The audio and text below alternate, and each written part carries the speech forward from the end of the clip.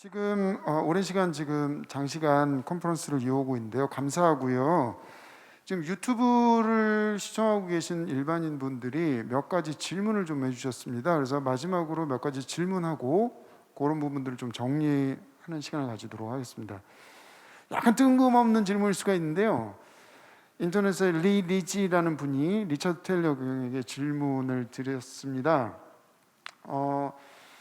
2018년 대한민국 인천 송도에서 IPCC 총회가 열렸는데요. 이게 기후 관련된 총회인 것 같습니다. 제가 정확히 잘 모르겠지만 지구의 기후 변화에 대한 염려에 대해서 이 헐리우드는 지속 가능한 영화 산업 경영을 위해서 수년 전부터 이런 부분들에 대해서 노력을 하고 있는 걸로 알고 있다라고 하시면서 이런 벌처 프로덕션이 이에 발맞춰서 유해 에너지를 줄이는데 매우 효과적인 시스템이라고 생각하는데 지구 보호를 위해 이 목적으로 발전된 기술은 아니지만 기술의 진보를 통해 얻는 유익함이 있다고 생각된다고 하시네요. 이런 관점에서 벌처 스튜디오를 어떻게 보시는지 약간 좀 환경적인 질문입니다. 네. Well, that is a very interesting and very pertinent question. The whatever way you look at it, the film industry, by its very nature, by its very temporary nature, is a wasteful industry. That's sadly a reality of the business that we work in. You build sets, you film in them, they get broken down, they go in the skip. It's very difficult to store them. It's very difficult to reuse them because every new film requires a new set of set constructions to be built. You imagine a period costuming show and the vast amount of unique costumes that are used for only that production, etc. But when it's an interesting subject that I have been thinking about myself, which is the virtual studio setup to some degree lessens that need for vast amounts of materials use because of the ability to do it digitally within the acting environment. And that in its own right must hopefully have an offshoot around the ecology of the world, etc. Obviously, the technology utilizes a great deal of materials. The screens are a technology that utilizes, materials that are going to have an impact on the world. But when you weigh it all up, I think that virtual studios could end up being very beneficial to the respect that you're talking to. 네. 인터넷에서 정유진님이 질문하신 건데요. 이건 쇼 던에게 질문 드리겠습니다. 버추얼 프로덕션 기술이 발전한다면 영화는 더 이상 일방적으로 감상하는 매체가 아니라 관객이 하나의 새로운 세계를 능동적으로 경험하는 그런 매체가 될 수도 있다는 생각이 듭니다라고 전해주셨고요.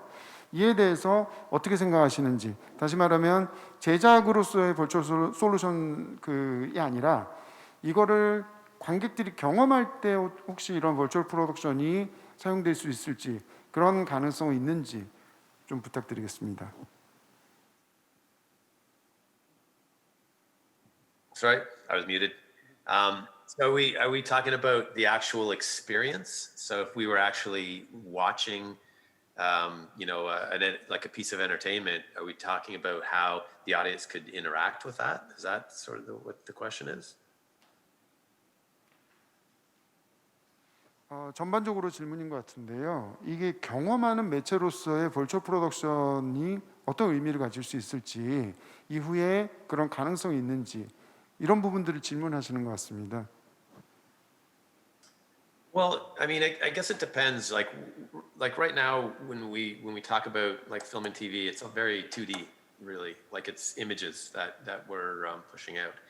But as we get better with the real-time engines, it's definitely possible that we'll be able to provide, a movie-going experience where you're actually in, it's a 3D environment that you're in versus, a bunch of 2D images.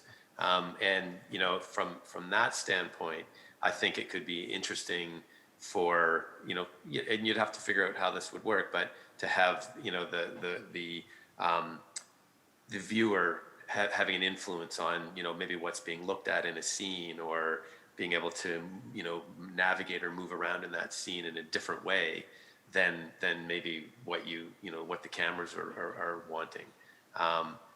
But yeah, that's, you know, I can't think of any other ways at this point, because if we're talking about the actual production of it and you know, the making of something, you know, getting you know, if we looked at, you know, doing a production and you wanted to open it up to, you know, the public, yes, you could probably get things like, you know, people contributing from all over the world, you know, helping build stuff up for it, helping animate stuff for it.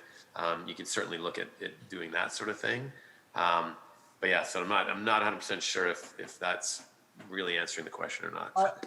If you see it through maybe a Neil Stevenson lens, you could visualize in the way you see that the interactivity around, say, Fortnite. You could visualize a day in the future where a person would have a capture system at home, be able to be dropped into a virtual environment via an Unreal Engine like interactive mechanism, and you become a player, a extra maybe in the streets of a scene that's been filmed in real time on a virtual studio.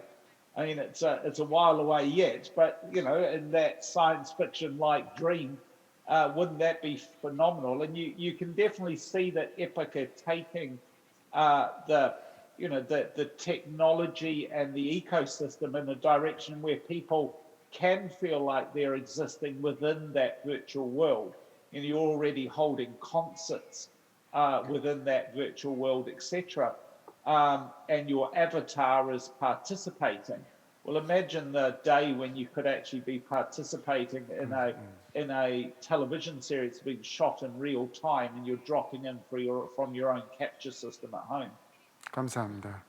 굉장히 흥미로운 주제고 이 얘기를 사실 밤새도록 얘기를 나누고 싶지만 벌써 2시간이 후딱 지나갔고 저희가 슬슬 이 자리를 좀 정리해야 한다는 제작진의 압박을 좀 들어오고 있습니다. We've got another panel in the next 2 hours to do, which is exciting. So, yeah. 네네. 그러면은 지금까지 좋은 대화 감사하고요. 긴 시간 동안 깊이 있는 질문, 대답들, 답변들 너무 감사합니다. 그럼 지금 저희 좀 정리를 하기 위해서 마지막 인사를 저희 이남진 디렉터님께 넘기도록 하겠습니다. 네. 감사합니다. 오늘 컨퍼런스에 참여해 주신 모든 팬분들 감사드립니다. 세계적으로 가장 중요하고 또 논쟁적인 이 이슈에 대해서 아마도 이렇게 3개국을 연결해서 하는 컨퍼런스는 지금 저희가 최초가 아닐까 그런 생각을 해보고요. 팬데믹 때문에 이 자리에 많은 관중을 모시지 못했지만 저희가 온라인으로 연결해서 이 팬데믹 시대를 극복하는 컨퍼런스를 보여줬다고 생각합니다.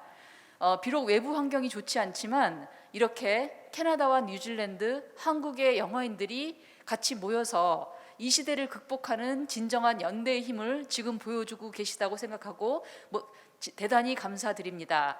저희가 컨퍼런스를 마치면서 이 시대에는 저희가 기념사진을 이렇게밖에 찍을 수가 없는데요.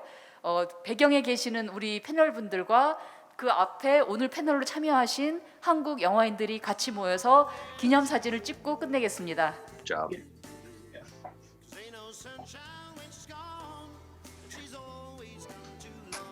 Right. Looks like we got that picture. Thank you, Gina. Rock has been translating for us for